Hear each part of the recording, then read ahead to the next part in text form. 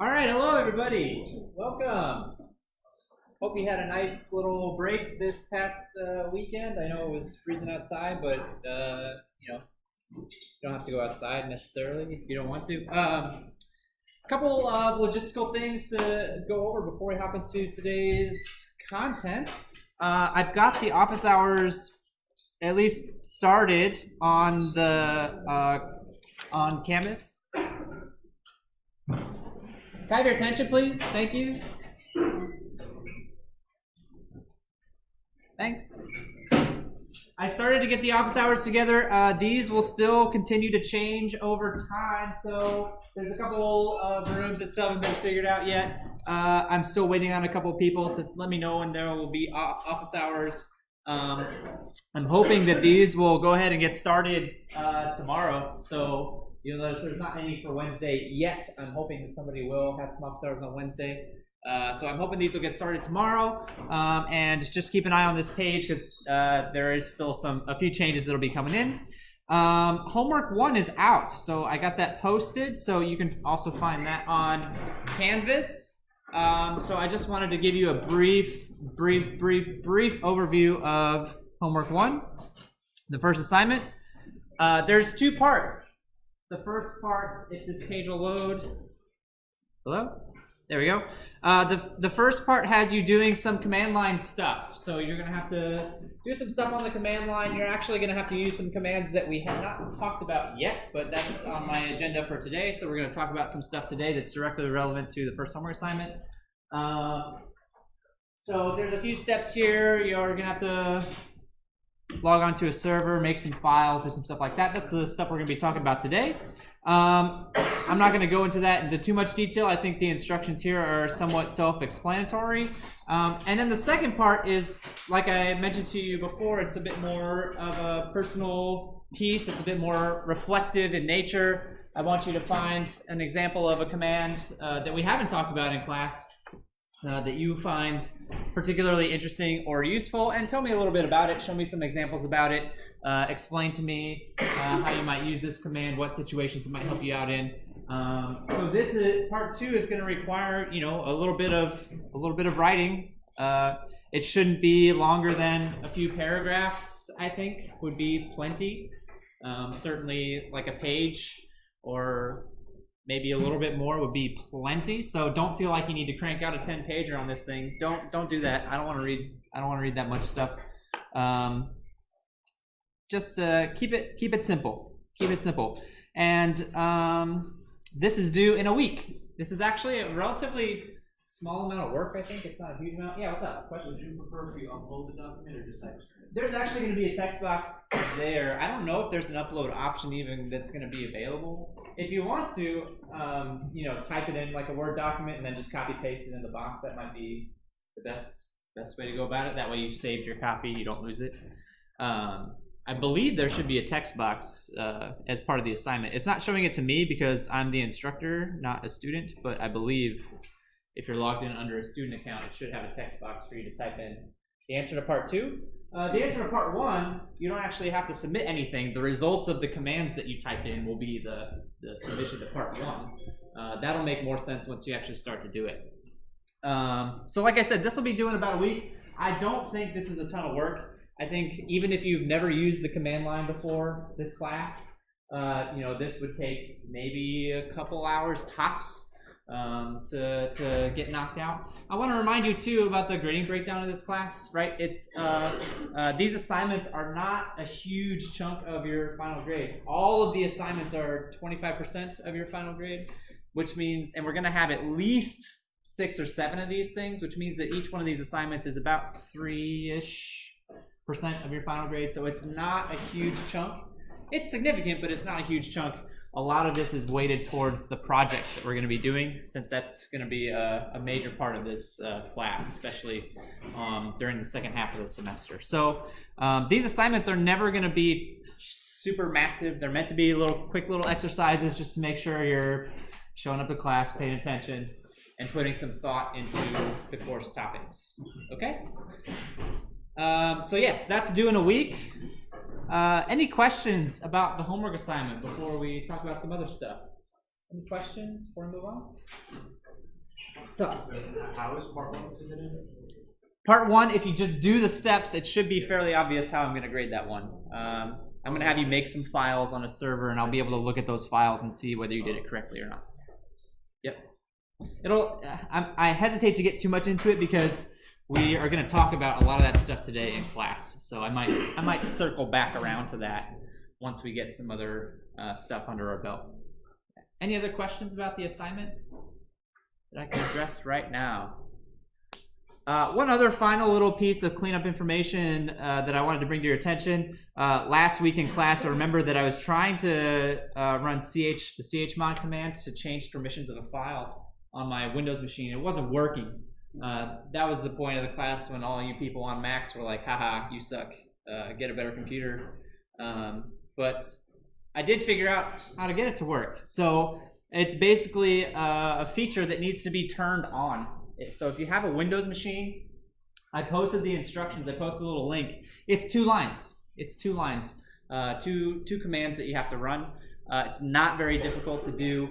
I would encourage you, if you have the Linux subsystem for Windows on your Windows machine, that you go track down this Piazza post. It'll take you 5 minutes to do it. I can help you out if you have any questions. I actually did it myself, and it works perfectly. I can now use the chmod command to change the permissions of some files. So if I wanted to, for example, change the permissions of test.csv right here. Oops, I forgot a step. So I could do 755. What permissions would result from using 755 here? What permissions am I going to get? A little review. What's the 7 for? Whose permissions are the 7? Who does that affect?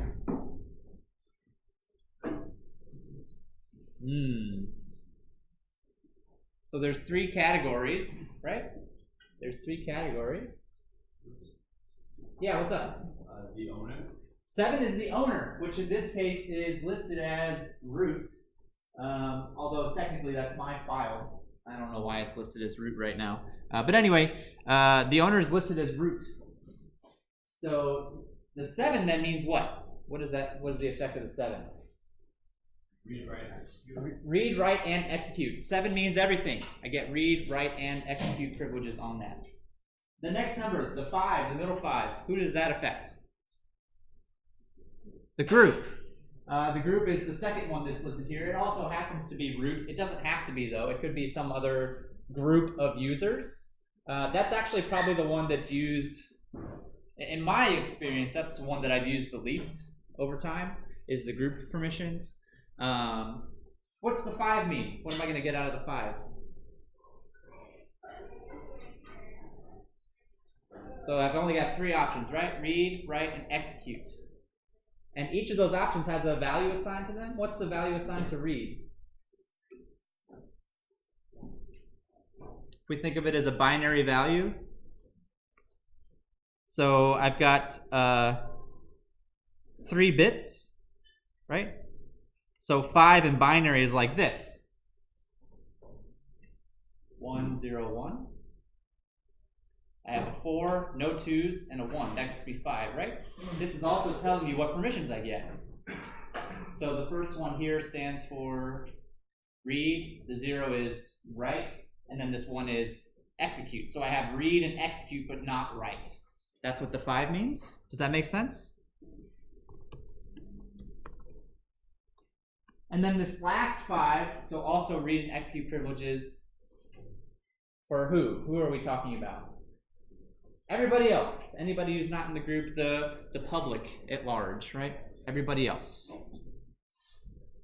And that's a very important one to consider. So we're also saying that the world at large can read and execute this file if they want to. So if I say 755 test.csv, it might give me a problem. Yeah. It tells me operation not permitted. Anybody know why? Yeah. The owner is currently listed as root. I'm not logged in as the root. What's the root account again? What's the root account?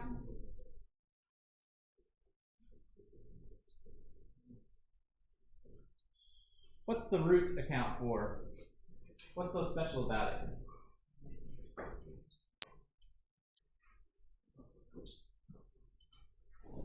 How is it different from my personal account?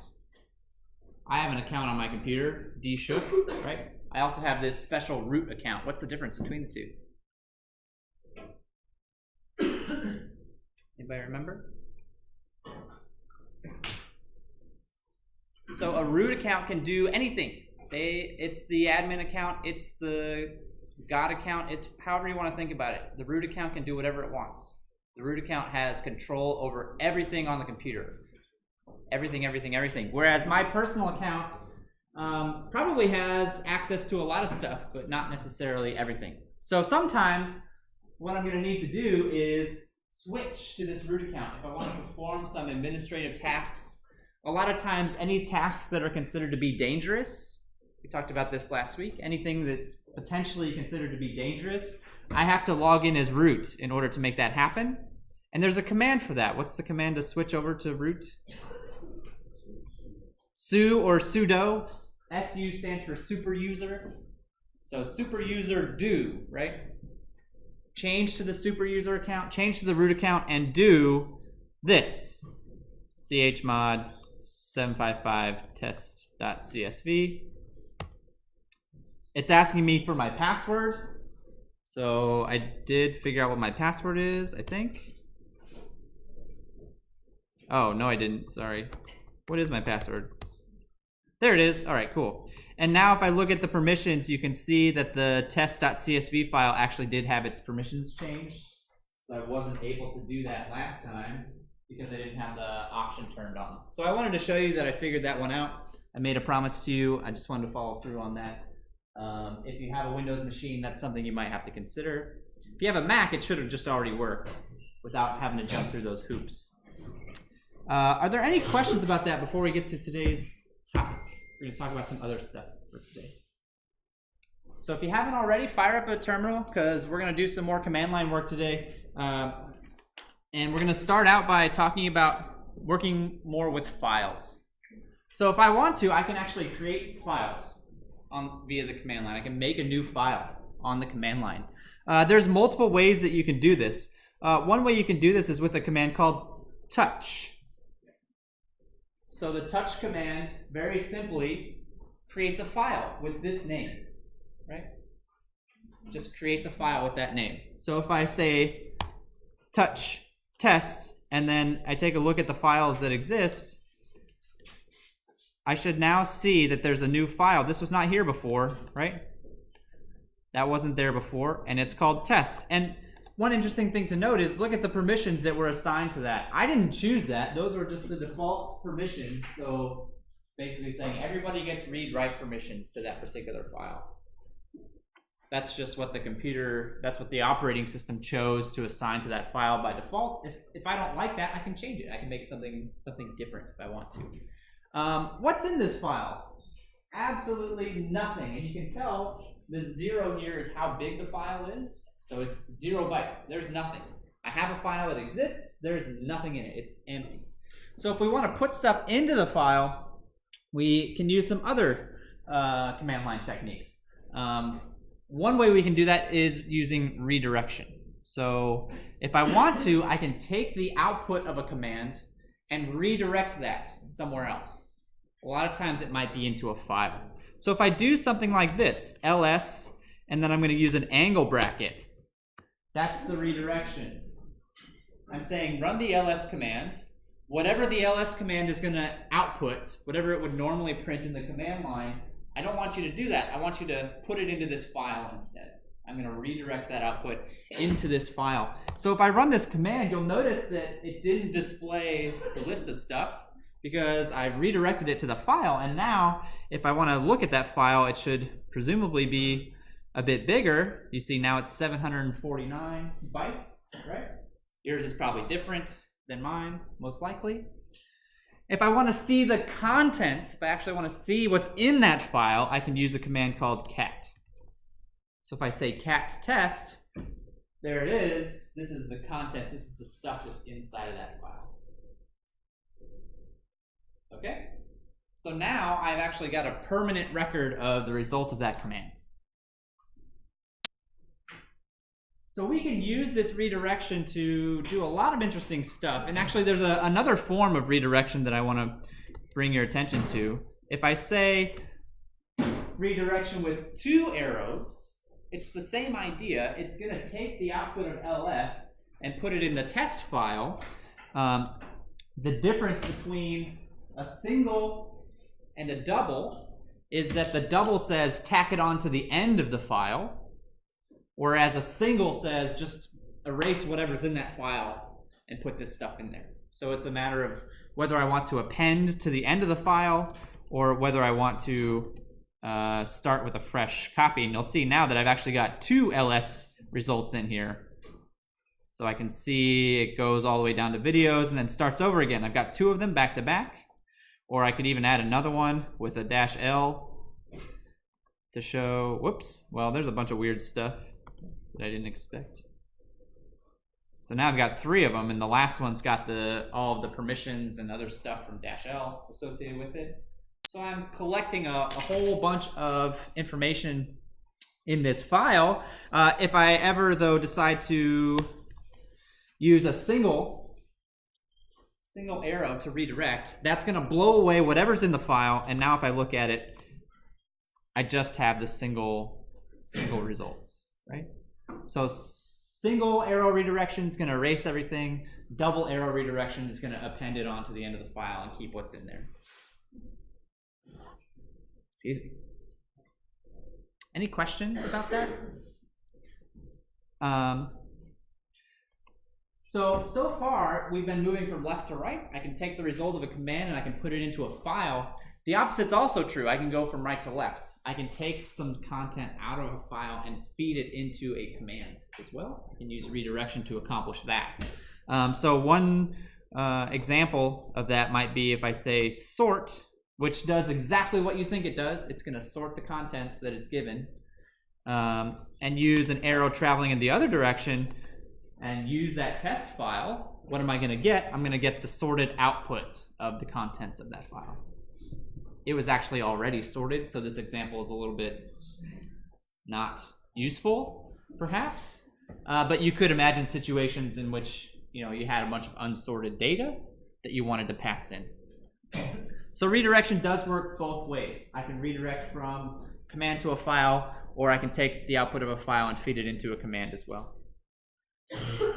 So we've already seen, 3 new commands today? We've seen touch, we've seen cat, and we've seen sort, and then we've also seen redirection, both to files and from files.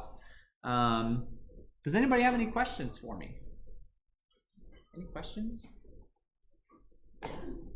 Question? So can you repeat again what cat does?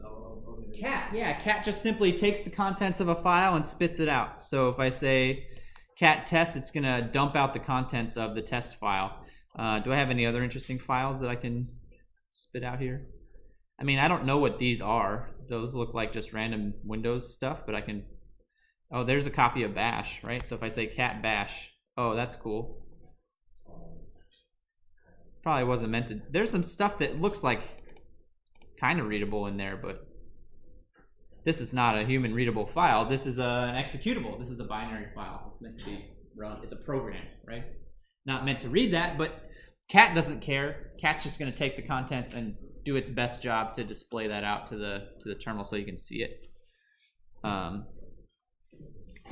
We saw the echo command. I think that was maybe the very first one that I showed you last week. So if I say echo hello, and I stick that in a file called hello, and then I cat hello, it takes the contents of that file, prints them out, and I get hello back, right? Any other questions? Any other questions? Cool. Well, then I think we're at our first exercise for today. If I can get back to my exercises here and pull them up.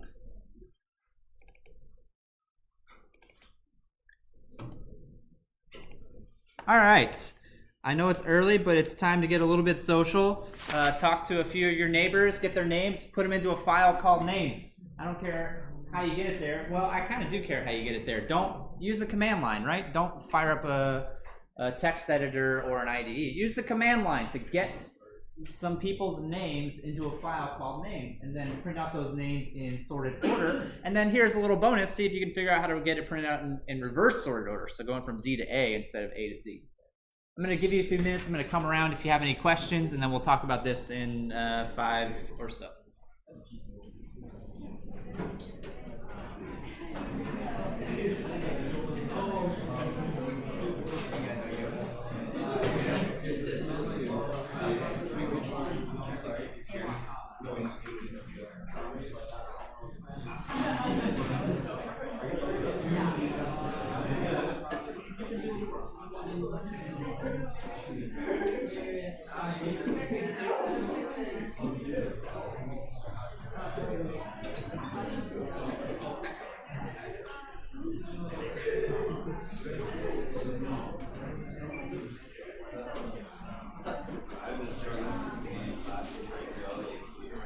Oh, okay. It is CD, yeah. CD, and then where are you trying to go? I'm just trying to get the desktop like me. So hit LS. See where we are.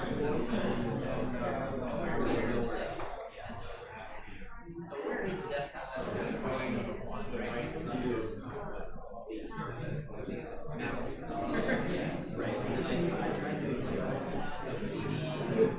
Not quite yet. It's going to be slash and then T. You need a space. You don't need the second slash C.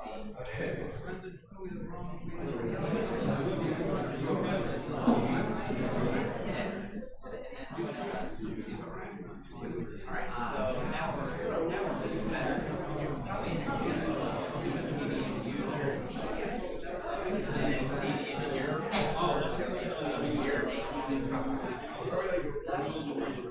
Mount C is the location of the CD. We can actually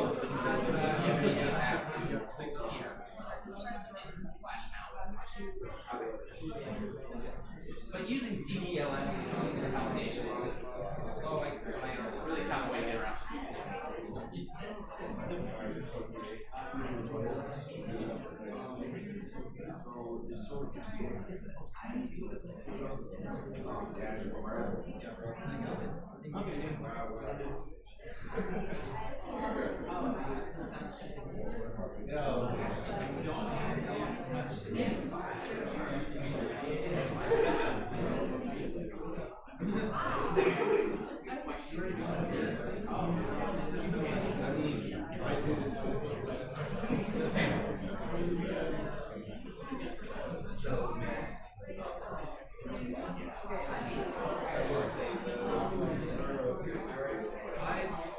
Hey, what's up?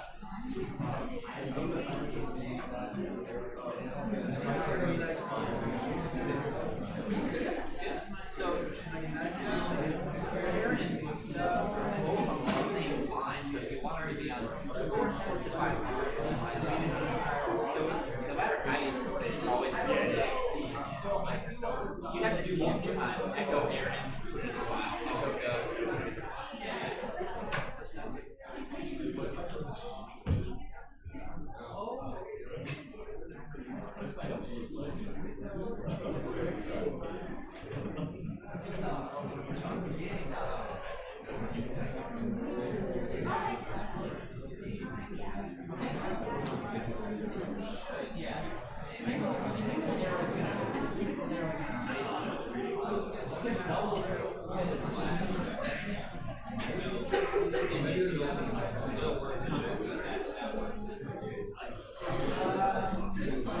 You can, yeah.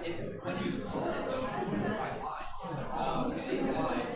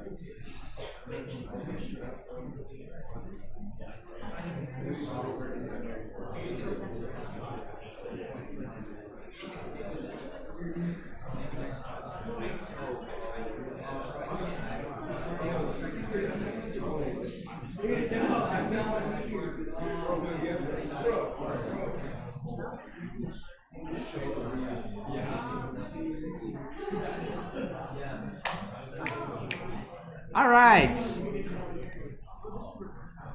Awesome. Let's take a crack at this one. I had some great questions, so thanks for asking those fantastic questions. I saw some people busting out VI and other things to try and solve this problem. It's great that you know that. You can do it without it, though. We're going to talk about things like VI and text editors like that a little bit later on, but I'd really prefer if you would consider how to interact with this problem without those things for the sake of the exercise. Some other things to consider, people were asking me about touch to create files. The interesting thing about redirection is that if the file doesn't exist, it'll actually create it for you. So touch is not strictly required. For example, if I type, echo Doug into names, that file did not exist before, but it does now, and it's got my name in it, right? So you don't strictly need to use touch. There might be some situations in which that's a necessary command, but just the redirection itself will create the file for you. So that's a good thing to be aware of. And this is kind of how I was hoping you would, piece together your file of names. If I run this, what's the contents of names now? It's just Rick. Why? I use a single arrow. That's going to erase whatever was in the file and start over again. So if I want to make sure that I don't do that, I need to do a double. Right? Now I've got two names. I can put a couple more in there.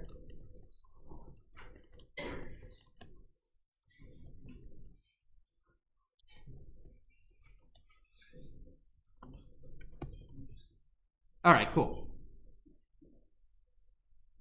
So now I've got 4 names.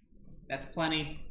And I wanted to sort it. So I actually showed you the exact command. Well, not the exact command, a very, very similar command, right? Remember, the direction of the arrow matters. If the arrow is pointing to the right, it's going into a file. So whatever's on the right-hand side is going to be a file. The result of this command is going to go into that file. If I want to go the opposite direction, if I want to take something out of a file and feed it into a command, right? The command is going to be on the left and the arrow is going to be pointing towards the command. Or maybe another way of thinking about this is, if I'm using redirection with this, the command is always going to be on the left, the file is always going to be on the right. Always, always, always. And the direction of the arrow shows me which way the direction of the data is flowing, right? Is it flowing out of the command to the file, or is it flowing out of the file into the command? So if I want to sort that file of names, there we go. That does the trick. How about reverse order? Did anybody figure that out? -R. How did you figure that out? Man pages. Awesome.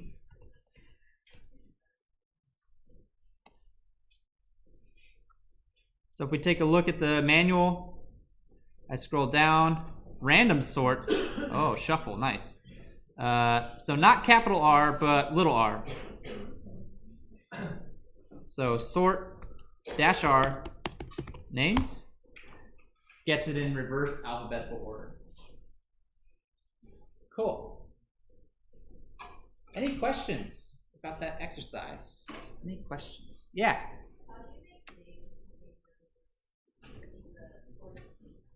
How do you make names contain the sorted version?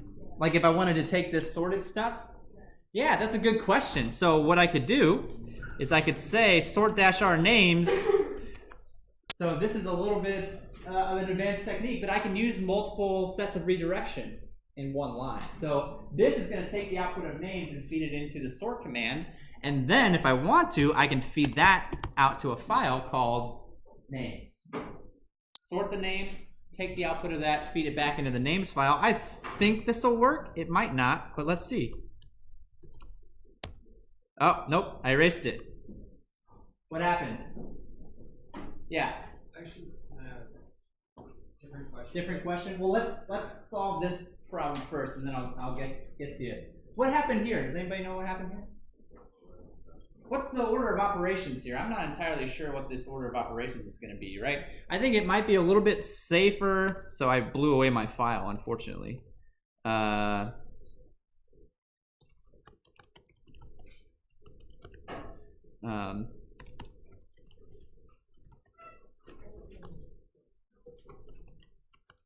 Oh, double, thanks.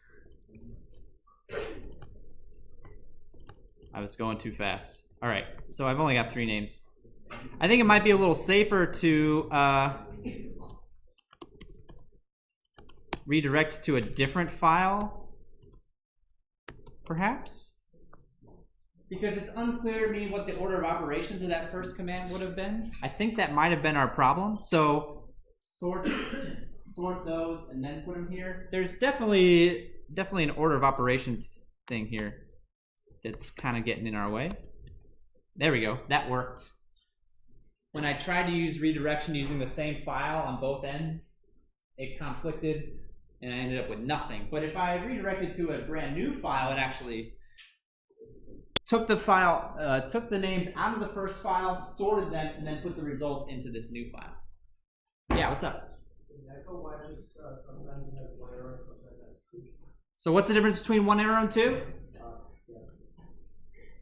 Well, like in Echo, you have Doug and Rick have Yep. 1 arrow. That was a mistake. Yeah, I screwed up. That was a mistake. I was going too fast. What was your question? Yeah. So, is there any way to explicitly define order of operations in parentheses? That's a good question. Let me. I got to be honest with you. I don't know the answer. So let's take a look. Bash order of operations. It's a fantastic question. So here's the operator precedence, much like you would see for other languages, but I don't see parentheses on this list. Parentheses don't exist here.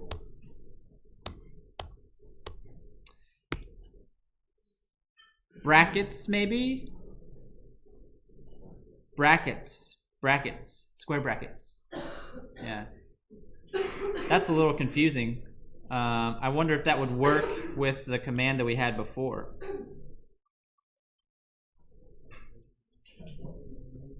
Let's try it. If I do this, will it do the stuff in brackets first and then? That's what I hope, right? I'm not sure. Oops. Nope, that didn't work. Put a space in so it doesn't think. Yeah. I'm not super familiar with that. Yeah. I don't know a whole lot about this, but could you use the pipe command? Use the what? Like the pipe command. We're gonna get to that actually. That's Does next that on be my. one command? That's next on my agenda, as a matter of fact. And so we'll talk about that in a little bit. And the answer is maybe. Maybe you could. Off the top of my head, I'm not entirely sure how that would work. But this is another. I mean, it's a fantastic question and one that I think deserves a better answer than what I'm currently capable of giving you.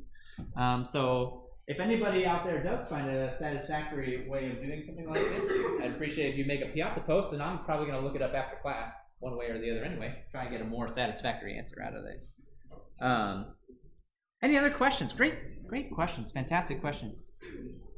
Any other questions? Yeah. Can you open a file using the default application?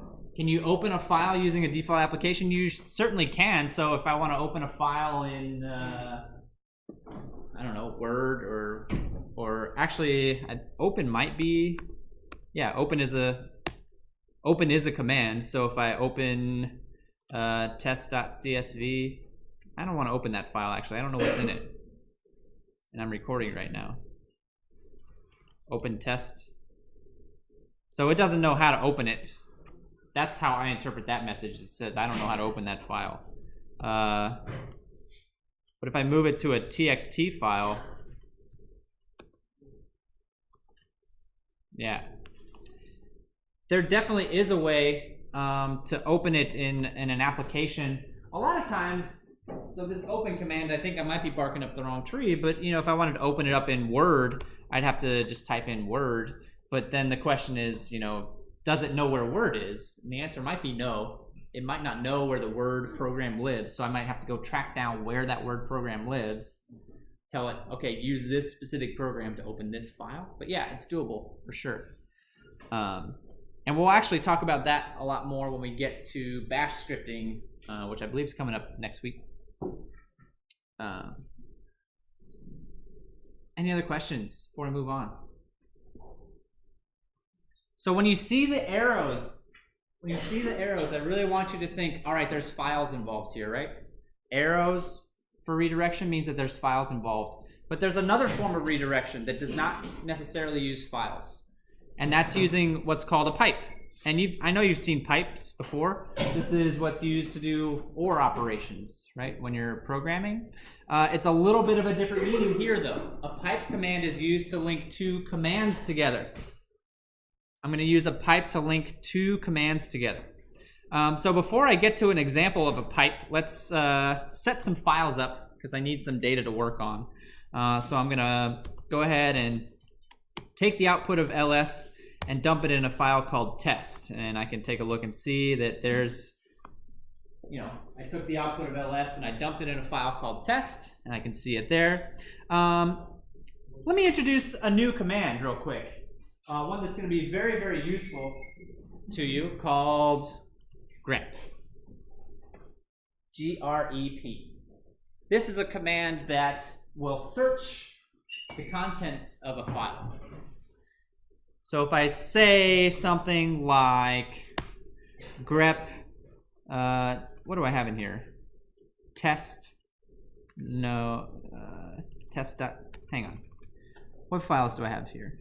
I've got one here called CSE. So here's a directory called CSE237 that contains stuff related to this class. So if I want to search for any references to CSE237 in this file, right, I'm saying go to the test file, see if you can find CSE237 in that file anywhere, and show me the lines where they appear. And you can see that instead of getting all of this stuff, it finds the line that contains CSE237 and only prints out that line. If CSE237 had appeared in multiple spots, I would have seen all of the lines. Here's a big old fat hint. You're going to need grep on homework assignment 1. Absolutely going to need it. So we're going to take a look at several more examples of how we can use it and what it's good for. So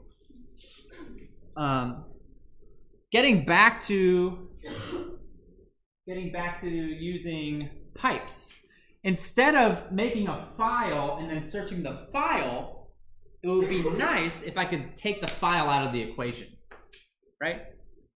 I don't need to make a file and then search the file. What if I could run the command and then just search the result of that command without having to make a file or bring files into it whatsoever? That's what pipes can do for us. So instead of making the file and running it through grep, I can do something like this. The way to interpret this is run the ls-l command, take the result of that, and plug it into this grep command that searches for 237. What am I going to get? I'm going to get that same line that matched before, plus all this other junk that I kind of know why it's there and wish it wasn't, but anyway. I'm going to get that same line that I found before, right? But I didn't have to bring files into it. There were no files as part of this transaction whatsoever. So pipe statements are read from left to right. Take the output of this, feed it into this command. Take the output of this command, feed it into this one. And I can chain them together. I can put another pipe here, feed the output of this into another command, for as many as I want to. So again, just to kind of reiterate, if you see the angle brackets, you see that form of redirection, there's some sort of files involved. If you see the pipe, there's probably not files involved. It's probably just from one command to another. Although, if I wanted to, I could use them both. Take the LS information, search for CSE237. Any lines that you find that match CSE237, redirect those into a file called CSE237 info.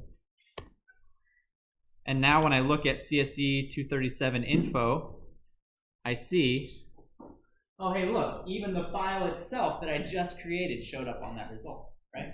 Because now I found CSE237 on 2 lines since I made this new file. Yeah? So when you do when you're trying to put it into a file, does it print the contents of the file that you just searched for, or just the file? Can you say that for me one more time? I'm sorry. So when you're trying to, like, when you grab a certain file or search for it and the bracket, put the contents of the file that you just searched for into that file, or just the name? The contents of the... I'm not sure that I'm following. This is going to put the result of the grep command into here. So this is what we're looking at. This is the result of the grep command, which is just the lines that contain CSE237. Oh, okay. Yeah. So find all the lines that contain CSE237, dump them in a file. That's what it's saying. Yeah, in the back. Yeah, I have a question. Mm-hmm. So there's some way for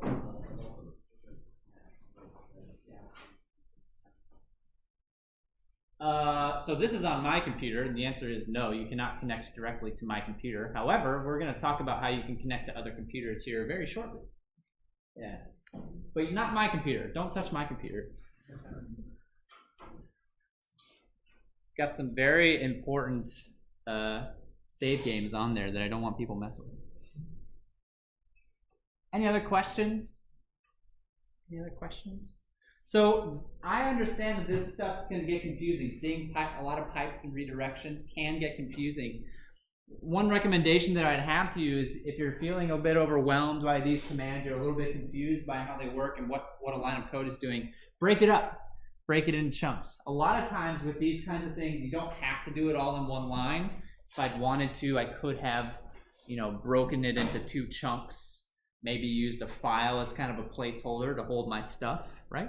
Will it take a little bit more work? Maybe, but if it helps your understanding, then that's the better thing to do, in my opinion. It's always better to take it a little bit more slowly, write a little bit more stuff if it will help you understand it, than to try and cram it all into one line and make it as short as possible. If you Google stuff related to command line, you'll see some really wacky looking commands out there. These command line ninjas who just really know how to slap a bunch of stuff together to get stuff to work. And that's an admirable goal to become one of those command line ninjas, right? But that's down the road. Right now, baby steps is fine. I'm not going to expect you to do any kinds of crazy commands. All right, let's take a break and do another exercise. I've got some exercises relating to grep, as a matter of fact. You're going to need to download a file in order to do them. So there's a file on the calendar page of Canvas called addresses.txt. I'd like you to right-click and save that file on your machine. So that's step 1. And pay attention to where you save that file, because you're going to need to be able to access it via the command line. So you're going to need to know how to cd into that directory. Good practice on how to do that. So, make sure you remember where you save this, because the exercise is going to ask you to cd to that location. And then try and run some of these commands. All of them will use grep in some form to answer these questions. So all of the people who are from Illinois, all of the people who have this area code, counting the number of people from Kentucky. We haven't talked about counting at all. That's not something we've even talked about today. Well, take a look at the manual and see if you can figure out how to make that stuff work. So grab that addresses file, navigate to that directory, and see if you can use grep to answer these questions. I'll be around if you have any questions or you get stuck. Let me know what you need, all right?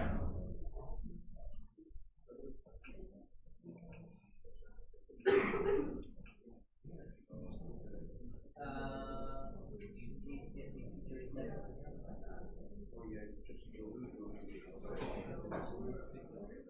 So check the box.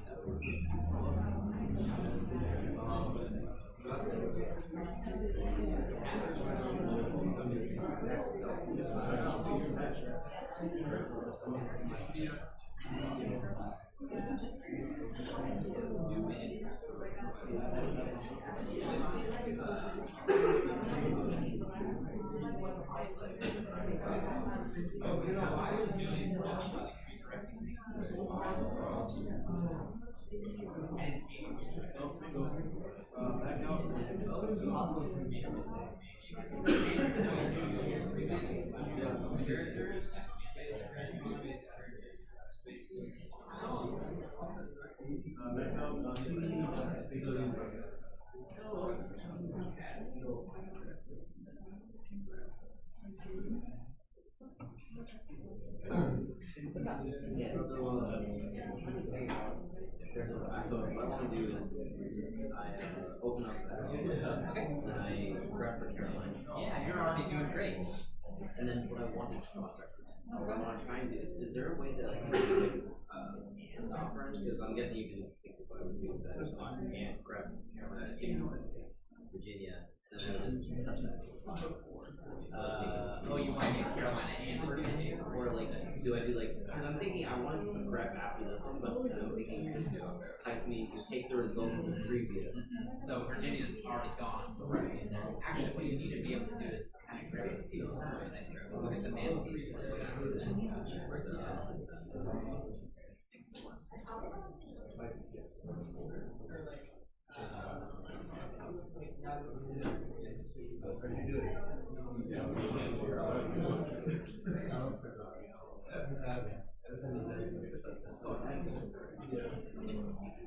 Oh, you can.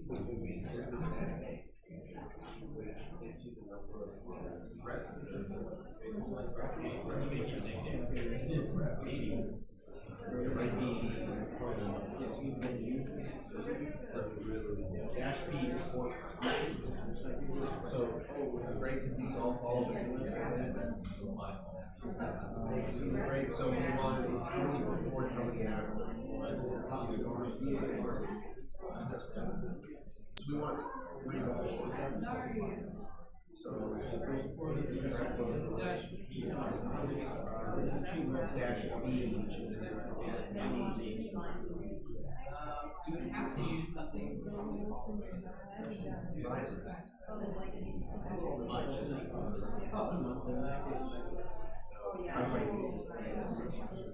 So that's what we use. And then you want the capital lines, capital lines. It's actually going to be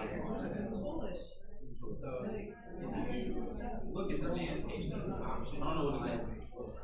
Yeah, there we go. So dash capital not just the line. Well, not just the line that matches. That's what you do. Good job.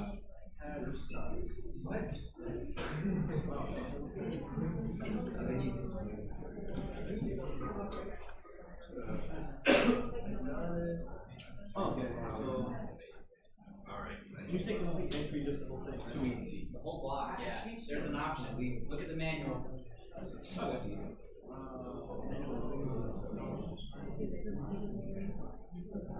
Need to be the first three digits. This has to be right.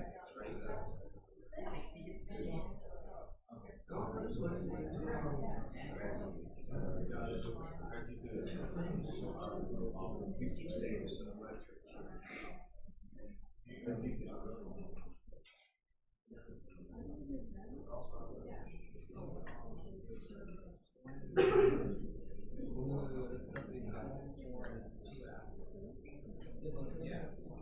Oh, I guess. But all the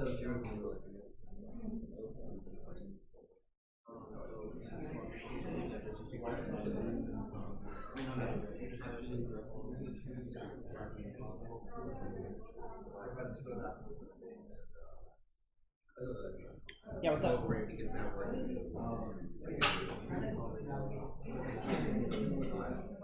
did you download it? You have it. Okay, perfect. So I would, if you're ever stuck, you can close the command line and reopen it again, and it'll get you back to your audio. So I was just closing and reopening it. Oh, shit. Yeah. So now you're in your home directory. You do an LS. There is a folder called desktop. So you can see into that, and then you should see. So if you ever need to get back to home base, just exit out and start over.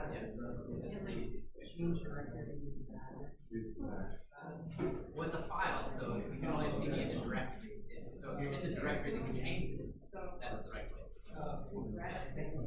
So 1 line before, 2 lines after.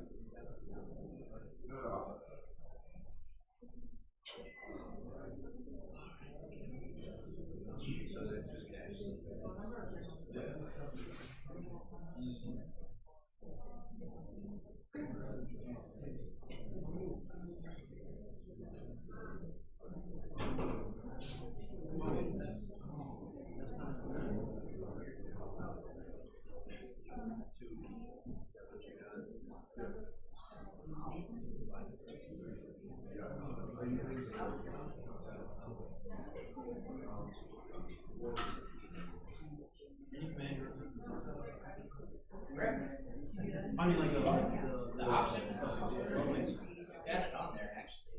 Oh, it is for oh, cool. You're looking right at it. I was wasn't sure. I'm not sure if it'll. That, you know, experimentation is going to go a long way. Fair. Class. That's a good point. Rep and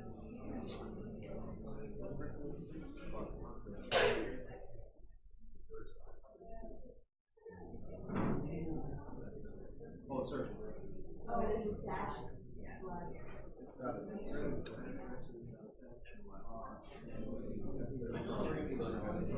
not really like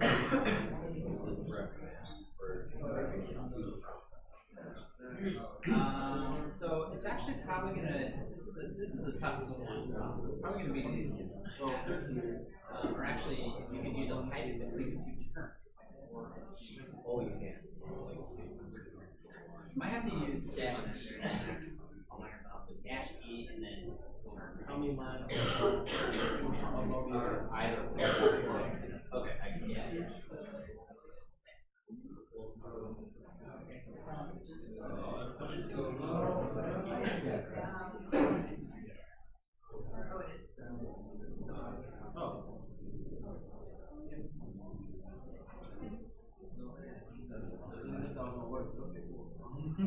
Nice. Okay, cool. So I grabbed 3 lines for the sign. Sure. So the next thing is to pull the page with all the visual prepare for 772. Oh, okay. So we have the first line.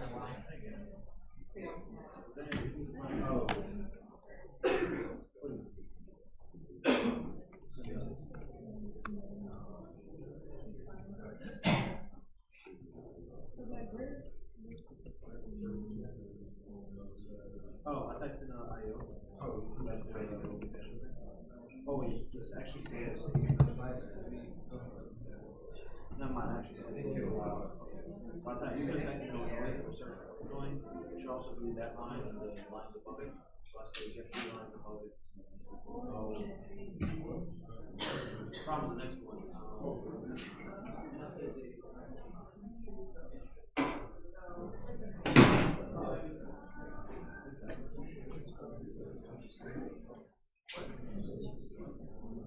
Okay, I understand you're probably still working on these. If you didn't get them all finished, that's fine. I threw you some curveballs. I fully get that. I hope that you don't consider that to be too cruel of me. I didn't mean it in a cruel way. I'm trying to get you to understand that sometimes there's going to be stuff that you know is possible and you're not going to know how to do it. And so you're going to need to be able to have the confidence and look it up. So I'm hoping that you pulled up the man pages or even Googled the grep command, to help you solve some of these problems. They're all doable, but you're probably going to need to look some information up to figure out how to make it work. So, I think a lot of people, the first one was finding people from Illinois. So I think a lot of people got to the phase where they could type in something like this, and get the fact that, okay, there are 2 addresses in Illinois. A lot of people made it to that point, right? But the question doesn't just want those lines. It wants to see the entire entries. I want to see the name and the full address of those people that live in Illinois. And this is not something that I showed you how to do, but if you take a look at the man page for grep, which is quite long, to be fair, you would have hopefully noticed that there's something in here relating to, lines, context line control. So before and after. Capital A for how many lines I want to see before, and capital A for how many lines I want to see after a given match. So if I look at the file, if I look at the addresses file, I can see that, all right, the state's on the last line, and there are 3 lines before it that I really want. So I can update this to pass in -B3, and now instead of just getting the match, I get the line that matches and the 3 lines prior to it. I know I made that look quick and easy. If it took you a little bit of time, that's okay. That's all right. Hopefully you experimented a little bit. Hopefully you tried some stuff. Hopefully you have the documentation up to help you out, or we're able to find some examples online. Are there any questions about that one? Any questions? And so then the second one, I think, was asking about area codes. So finding all of the addresses, finding all the people with the area code 772. So again, start out simple, right? If I start out with grep 772 addresses.txt, you'll see, all right, I found a couple of numbers here, right? But I want the full entries. So at this case, the phone number is on the second line. So I want one line before, and I want 2 lines after the match. So we can tailor this command by using the A and B. So 2 lines after, 1 line before, and now I've got the full entries that I'm looking for, right? Everybody with me? Everybody with me? A couple more of these to look at. Count the number of people from Kentucky. So again, I think this is probably going to take a trip to the man page. Does anybody find it?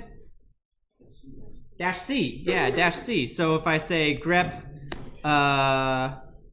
Kentucky with a capital K, Kentucky addresses. So if I do this, I can see that there's 2, but I want to see the number 2, right? I want to see the number 2 there. So if I do a -C option, I get the number 2. And then the last one was probably the hardest. You actually want to search for all of the entries, anyone who is from North or South Carolina or Virginia, using a single grep command. So if I just asked for Virginia, right, grep Virginia, I can see that there's a person there. Or if I wanted North or South Carolina, I could just search for Carolina. And there I see North and South Carolina. And we could use the -A and -B to get the full entries. But how do I combine all of those together, right? That's kind of the tricky part. Did anybody figure it out? This is the hardest one. What did you find? So you need -B to get the full entry, so -B3. Yeah, -B3. And then -E, so it's extended. Yeah. And then you can provide like a mechanic. So if I do -E, that lets me use what's called a regular expression. And I'm not going to go into regular expressions today in any detail, but I think this is a very simple enough regular expression to understand. I'm searching for Carolina or Virginia. I'm looking for Carolina or Virginia. Whoops, and I did something wrong. Capital E, thank you. I'm looking for Carolina or Virginia to appear, and so anytime I match either one of those terms, it gets included in my result. Regular expressions are a fascinating and complicated topic. Knowing how to do very simple ones like using an OR to be able to search for multiple terms will help you a lot. Knowing how to do the more complex ones can be useful, and I hope to have that conversation with you someday perhaps, but today is not that day. This one was really tricky.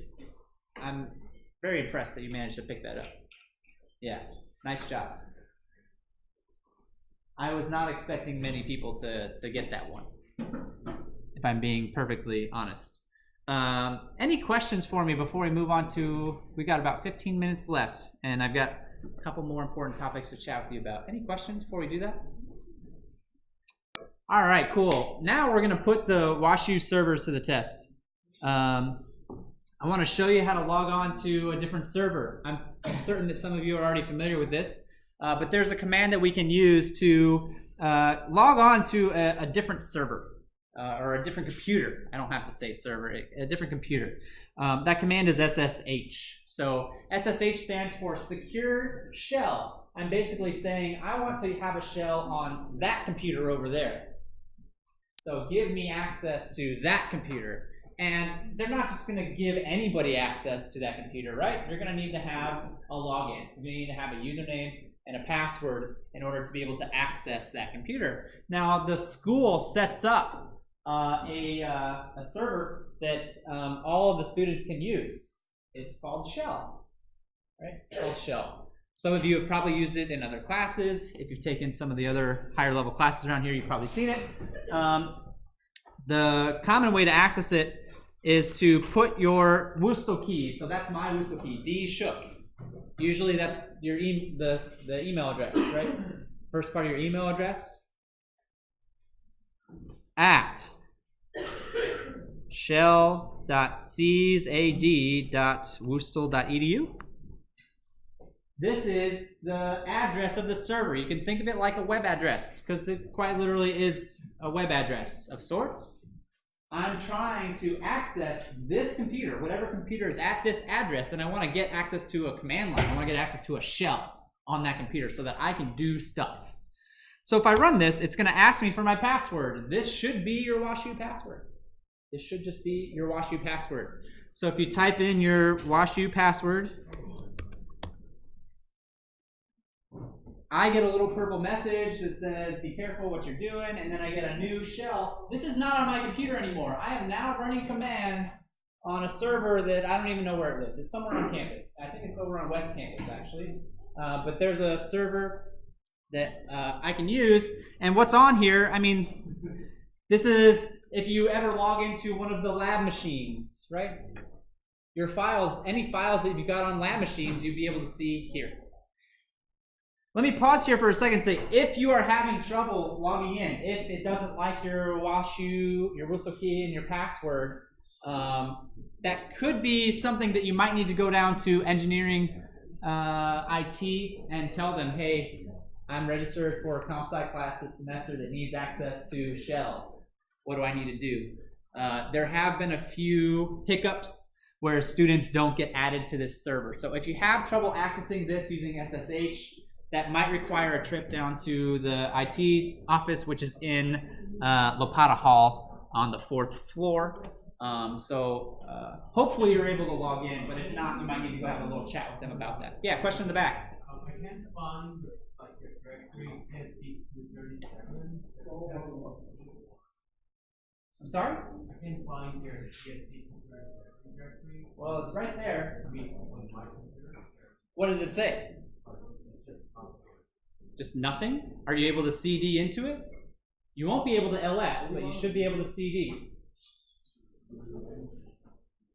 And there's nothing, well, there's actually only one thing in that folder. He's asking about the folder that I posted as part of the homework instructions. So as part of the homework, the first homework assignment, you are going to have to get into this folder right here. I made this folder specifically for the purposes of the first homework assignment. So you're going to have to SSH onto shell. You're going to have to navigate to this folder. I tell you exactly how to get there on the homework instructions, right?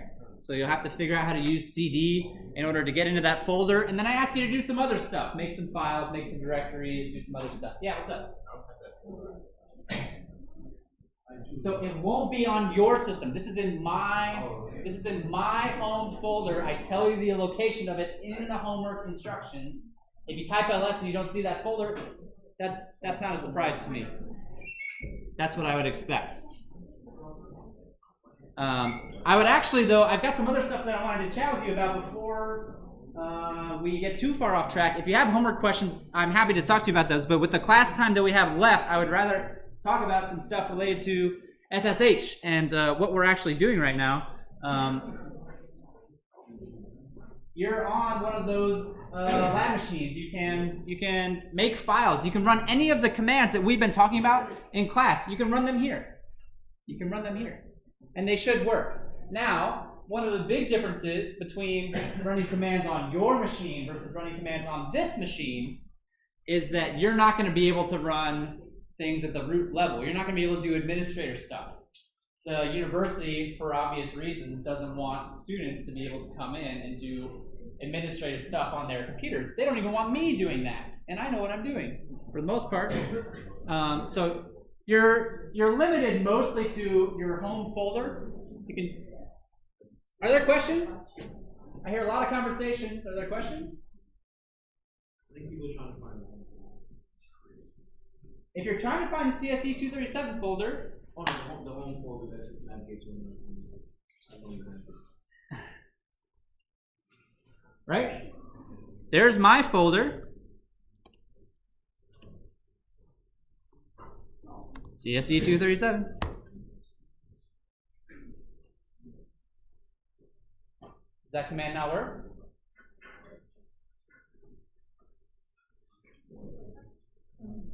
I just did one of the steps of the homework assignment for you. You're welcome. Can we focus on class now, please? Please, please, please. It's called homework for a reason. Thank you. Thank you, thank you. Oh yeah, you guys have found it. You guys know what's up. So it does work. So if you can't get there, then check your command, basically. And stop doing homework in class, you people. I'm calling you out. All right. What did I want to do? I got 8 minutes left. Here's a fun little thing. So when you're on another server, one of the things that you can do is you can see who else is logged on to the server. And since I told all of you to log on to this server, when I run the who command, it's going to be massive. Here's everybody in the class, right?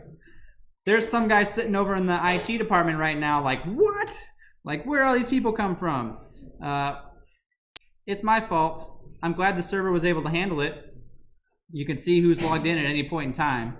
And so if you wanted to, you could do some fun stuff like go into grep and see, is Professor Shook logged in right now? Oh yeah, there I am. There I am. Don't use this to stalk your friends, please.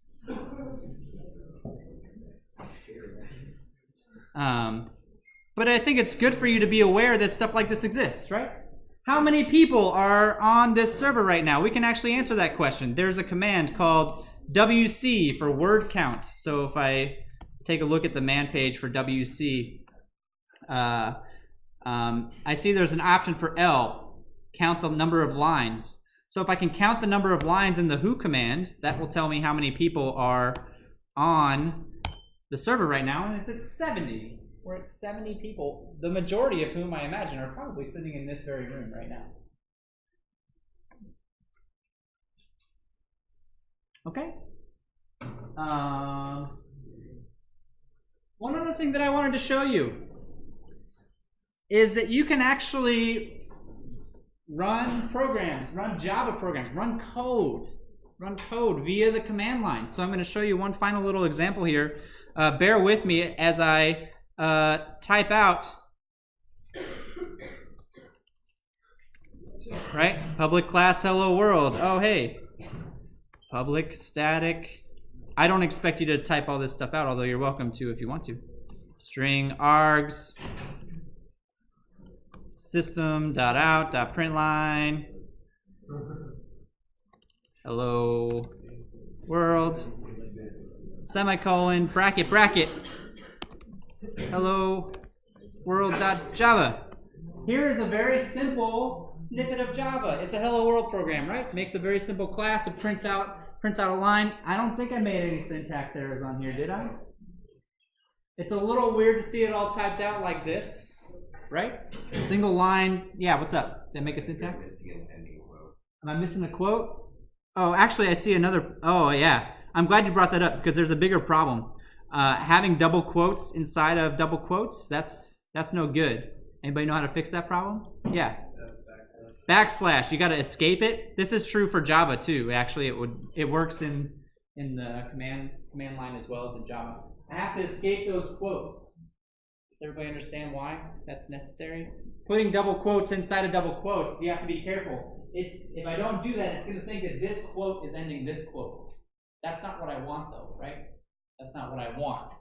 So if I escape those, put it in that file, I can cat hello world.java. There's my short little hello world program. I can run this via the command line. I can run this. The first thing I have to do is compile it. So the command to compile a Java program is Java C. C for compiler. And then put in the file name. Hello world. .java. It does some work, and then actually if I do an ls now, I'll see that I have a class file. I have a .class file. A .class file is what contains the compiled Java code. So that's the binary file. That's the ones and zeros that the computer's going to run. You can take a look at it if you want to, but I'm not sure that it's going to be anything that we'll be able to, yeah. There's some stuff in there that looks, familiar, right? System out, print string, there's hello world. So there's some stuff in there that kind of looks familiar, but there's a bunch of other garbage that's not meant for us. It's meant for the computer. This is an executable file. If I want to run it, I'd say Java hello world, the name of the class, and it prints out. prints out the print statement, they ran the program. This is huge, right? This is huge, because ultimately, why did we take all of this time to learn how to use the command line? It's to help make our programming tasks easier. And if I can't execute my code, if I can't run my code, what's the point of taking all the time to learn this stuff? Now, that being said, who wants to type out all of their Java code like this? Not me. No, not me. So most of the time, what are you going to do? You're going to write the Java code in an IDE, like Eclipse or IntelliJ or whatever you want. You're going to use the command line to go to where those files are, and then compile it using Javac and run it using Java. Or, as we'll see in a few days, you can use a text editor on the command line to make changes to these files as well. We'll take a look at that in a little bit. All right, that's all I had for you today. Good luck on the first homework assignment. If you have any questions, be sure to stop by office hours or ask me on Piazza. Hey, what's up?